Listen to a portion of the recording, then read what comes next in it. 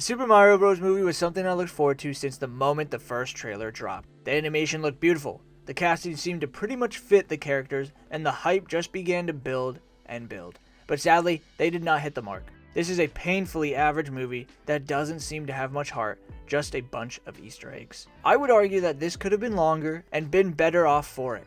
The plot felt a little rushed at times, feeling like they were maybe trying to set up arcs for characters that never really got explored above a surface level. I found myself getting bored because I had little investment in anything, which could have been solved by giving more time with the characters.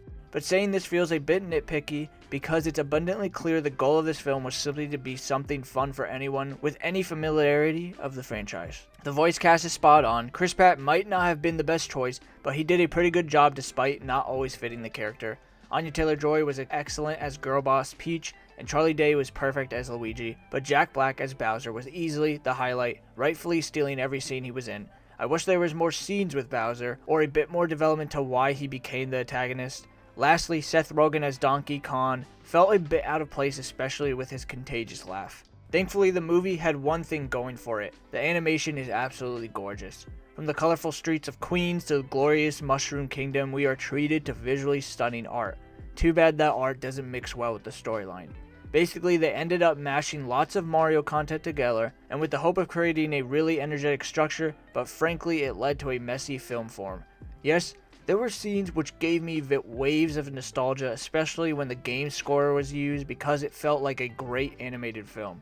But at the end of the day, it felt extremely dumbed down for younger audiences. Sadly, it seems that the producers didn't care for the mature audience, which is upsetting considering the successful new release of the iconic film Puss in Boots: The Last Wish. Not all films have to be for kids and adults, but this one surely had to.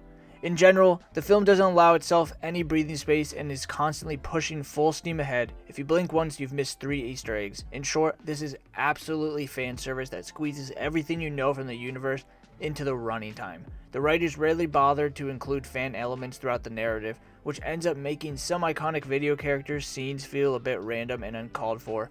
The action sequences were by far the most exciting part of the film.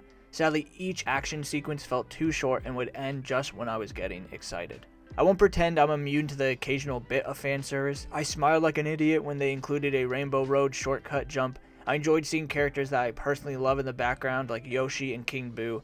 But I'm old enough to realize that nostalgia and marginal emotional connection don't necessarily make a movie great.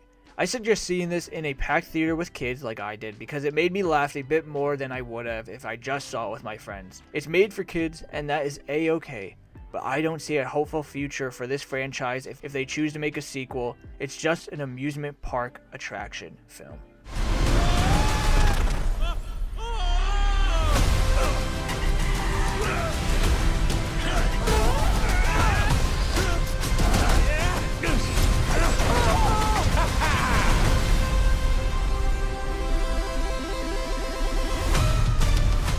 Tune in every Friday for new movie videos. Please like, share, and subscribe. Comment down below what other movies you would like me to do videos on. Thank you, Mom, for editing the scripts for my movie essays. I appreciate you. Till next time, thanks for watching.